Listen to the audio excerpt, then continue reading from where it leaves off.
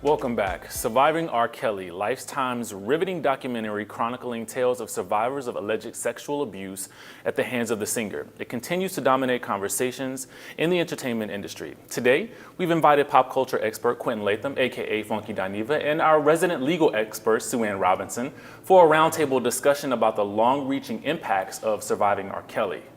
Thanks to both of you for joining us. Thank you for having me. So I want to look at this from two different perspectives. Quentin, I want you to look at it from the perspective of the public opinion. Okay.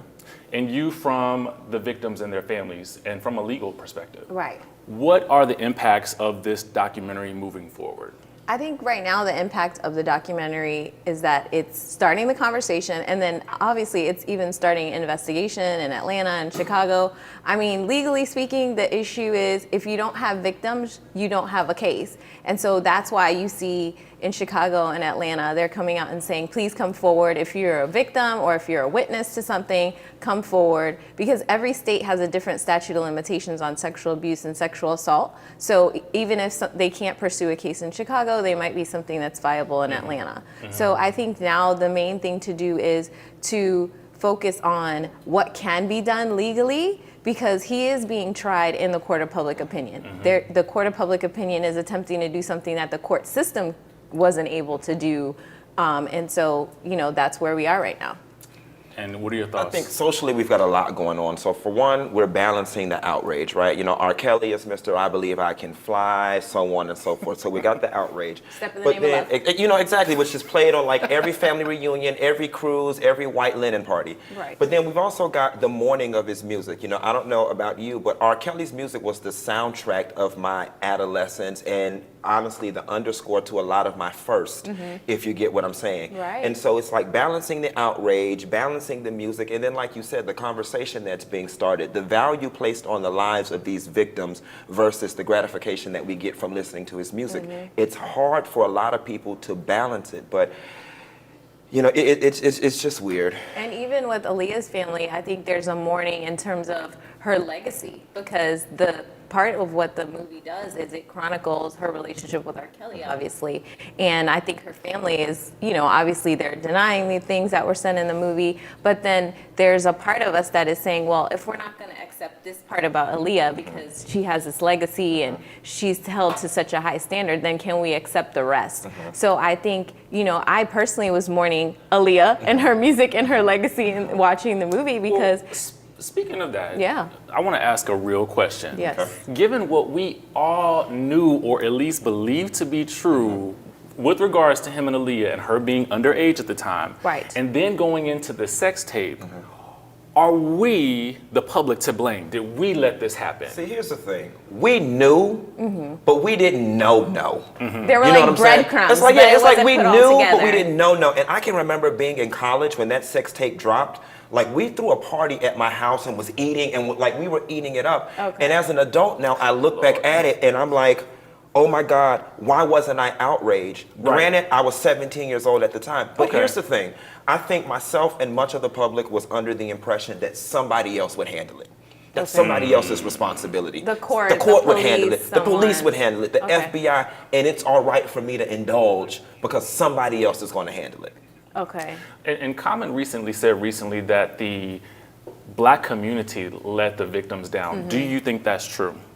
I think to a certain extent, people did turn a blind eye to his issues because his music was so prolific, because people believed in his talent, because people wanted to believe the image that was presented of him and not the things that they were actually seeing. So I think to a certain extent, definitely people...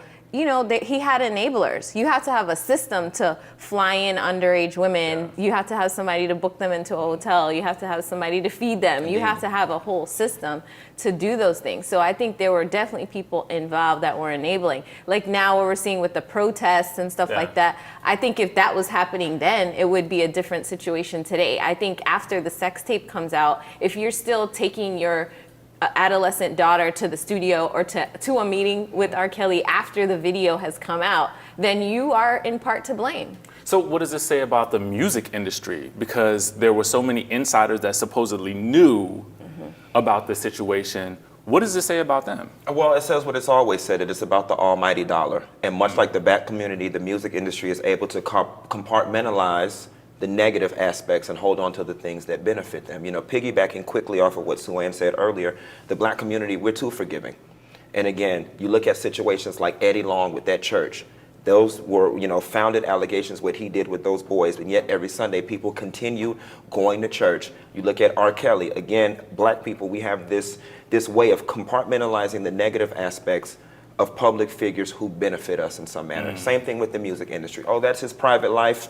He's on the roster. He's number 2. He's making us money. Yeah, let him handle that. Okay, so then why do you guys think that we're seeing a spike in the sales of his music after this documentary? I mean, personally, I feel like the spike has to do with people trying to now go back and say, well, are there hints in the music? I mean, even Age Ain't Nothing But a Number. I mean, that for me, that was a big album. I jammed to that. You know, that was a huge album. That kind of, you know, obviously kickstarted Aaliyah's career, but it kickstarted Aaliyah for me. So now I'm going back and thinking, oh my goodness, listening to the lyrics of the song and like really bad. thinking You feel about gross. it. Right, and you're like, wow, wow, wow. I feel like a dirty old man singing that song. And I think to Sue-Ann's point, I think Jada and some of those other people on social media got it wrong. I still believe in humanity.